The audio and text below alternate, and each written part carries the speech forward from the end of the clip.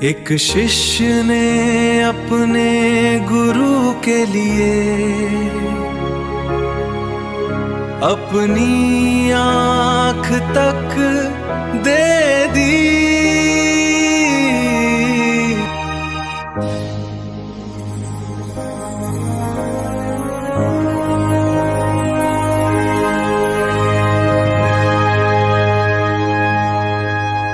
शक्ति आ गई।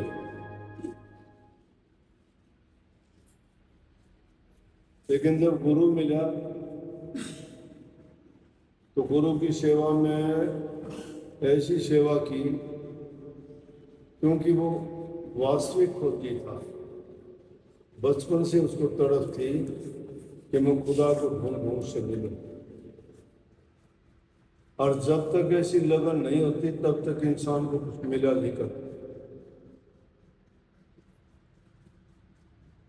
तो कहाँ मिलता है? जिसके माध्यम से मिलता है उसकी तलाश करनी शुरू पहले करनी पड़ती है। गुरु की सेवा में रहता था। एक रात वो जमाने ऐसे थे कि जहाँ गुरु का डेरा था, उस डेरे में रात को तूफान आया, बारिश आई, सारी आग बुझा। अब उसके गुरु को हुक्का पीने की आदत थी। तो कहने लगे, बेटा फरीद। बोले हाँ जी गुरु जी। बोला हुक्का पीने की तलब है मुझे। अब उसने यूं नहीं कि डेरे में आग नहीं, बारिश के कारण आग नहीं अब कहाँ से आग लेके आए? उसने डेरे में से खड़े होकर देखा तो बस्ती में एक घर में प्रकाश दिखाई दिया, रोशन।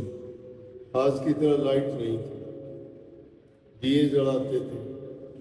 वो भी अमीर लोग जलाते थे, नहीं तो थोड़ा बहुत शाम के टाइम काम किया, उसके बाद दिया बंद करा, सो जाते थे। अंधेरा। जब चांदनी रात की कदर थी, कवियों ने, लेखकों ने कितनी उपमा गाई चांदनी रात की। अब लाइट आ गई, चांदनी रात का किसी को पता ही नहीं, कब चंद्रमा उगता है, कब चांदनी होती है, कब नहीं। तो वो बरसात बहुत तेज हो रही थी। एक सिर्फ कम्बल था, वो उड़ के और आग लेने के लिए चल दिया शहर में। उस गांव में, बस्ती में गया, जहाँ उसको वो प्रकाश दिखाई दिया था, उस घर में जाके आवाज दी तो जवाब एक औरत का आया, कौन है? बोला जी मैं इस तरह से आया हूँ। दरवाजा कुछ बोले आग चाहिए ना। इतनी रात के आग? बोला मैं गुरु के पास रहता हूँ और मेरे गुरु को हुक्का पीने की तलब है, उन्होंने इच्छा जाहिर की है। डेरे में आग नहीं थी, इसलिए आग लेने के लिए आया हूँ। बोला कि आपको पता है यहाँ पे कोई चीज मुफ्त नहीं मिलती। बोला लेकिन मेरे पास तो कुछ भी नहीं है देने के लिए, आग मुझे जरूर चाहिए। बोला इतनी तुझे आग की जरूरत है ना, तो उसके बदले में तो मुझे तेरी आंख निकाल के दे दे।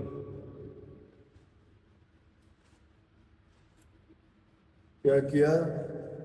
फरीद ने अपनी आंख निकाली और बोला ये आंख दे दी। आंख में खून भी आया, पट्टी बांध ली आंख में कि रात का अंधेरा है, गुरु को क्या पता लगेगा।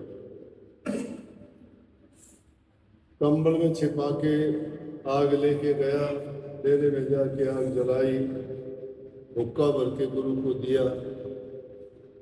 गुरु ने जब हुक्का पीना शुरू किया तो हुक्के में से लपट निकली ना आग की, और लाइट हुई। उन गुरु को पता तो था ही सारा खेल था। वो लीला रच देते हैं संत भी। शिष्य की परीक्षा लेने के लिए पता नहीं क्या नाटक कर दें, वैसा ही किया। हुक्के में जब उसको घूंट मारी, चलने से आग की लपट ली, दिखाई दिया। बोले बेटा फरीद आँख को क्या हुआ? अब उसने ये नहीं की कि आप क्या तो सौदा करा है। कहने लगे कि आँख तो मेरी आ गई। आगी का मतलब जानते हो क्या? क्या बोलते हो?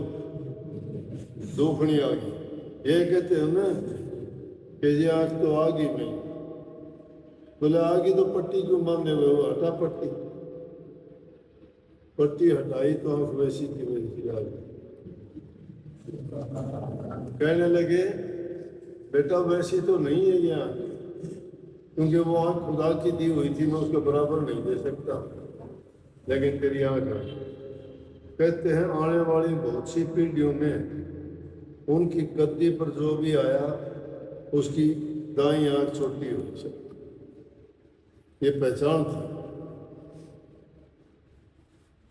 तो ये गुरु सेवकों के, त्यागियों के, गुरुमुखों के, और जिनकी सच्ची भक्ति, सच्ची लगन की ऐसी ऐसी कहानियाँ हमें भी पुष्टि देते हैं। लेकिन जो लोग विश्वास करते हैं उनके लिए तो सत्य है, और जो लोग विश्वास नहीं करते वो पता नहीं अनसंत कुछ का कुछ बोलते। परंतु सकल पदार्थ है जगमाही, कर्म ही नर पावत नाही। सारी चीजें हैं दुनिया में,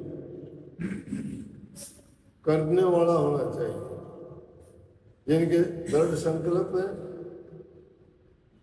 वो उस चीज को प्रमाणित करके दिखाते हैं, करते हैं, वो परवाह नहीं करते। अब बुरी से बुरी चीज जहर है, जहर, पॉइजन। पॉइजन को भी तो किसी ने खोज की होगी, उसको पता कैसे लगा कि पॉइजन है, इसको खाने से मर जाओगे। उसकी खोज करते करते कभी कुत्ते, बिल्ली, जीव जंतुओं पे करी होगी।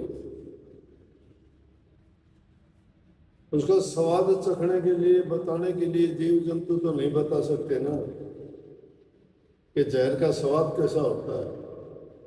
अमृत का तो पता है मीठा होगा, चीनी का पता है मीठा होगा, आप चख के बता सकते हैं।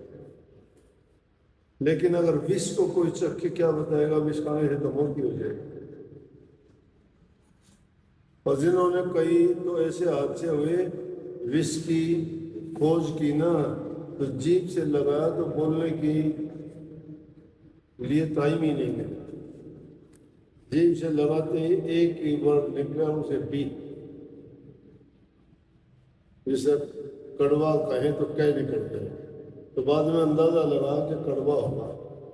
लेकिन किसी अंग्रेज ने खोज की तो बी कही, तो बी का मतलब बिटर, बिटर का नाम कड़वा। वो भी अंदाजा ही लगाया कि वो क्या करना चाहता था, वो तो पता नहीं। कहने का मतलब जो सच्चे बन के चलते हैं वो अपनी जान की परवाह नहीं, जान हथेली पे ले गए। कबीर साहब ने कही है कि ये तो रास्ता उन लोगों का है जो मरजीवा हो, मर मर के जीने वाले, जो अपने सुख की, चैन की, निद्रा की, भूख की परवाह ना करें, जो इस दुनियादारी की चीजों के आशिक हैं, जीव के आशिक,